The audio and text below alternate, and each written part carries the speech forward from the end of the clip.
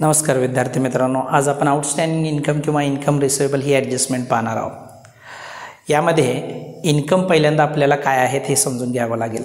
व्यवसायाला इन्कम कधी होतं? ज्यावेळेला आपला व्यवसाय गुड्स किंवा सर्व्हिसेस अदर पार्टीला सेल करतो, म्हणजेच थोडक्यात गुड्स किंवा सर्व्हिसेसच्या माध्यमातून अदर पार्टीला आपला व्यवसाय बेनिफिट देत आहे, त्यावेळेला व्यवसायाला इन्कम होणार आहे। हे इन्कम कॅशने त्याच पद्धतीने उधारीने देखील होऊ शकतं।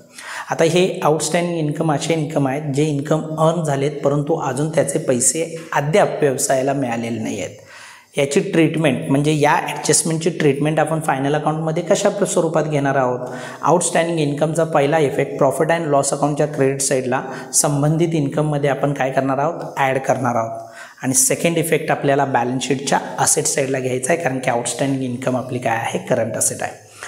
आता हे ॲडजस्टमेंटमध्ये जर दिलेले असतील आउटस्टँडिंग इन्कम किंवा इन्कम रिसिवेबल, या संदर्भात आपण गोष्ट पाहिली। जर आउटस्टँडिंग इन्कम किंवा इन्कम रिसिवेबल हे ट्रायल बॅलन्समध्ये दिले असतील तर त्याचा इफेक्ट काय होईल? त्याचा एकच इफेक्ट होणार आहे बॅलन्स शीटच्या असेट साईडला, कारण की आउटस्टँडिंग इन्कम किंवा इन्कम रिसिवेबल ही आपली करंट असेट होते आणि ट्रायल बॅलन्समध्ये तो डेबिट कॉलममध्ये दिलेला असतो। धन्यवाद।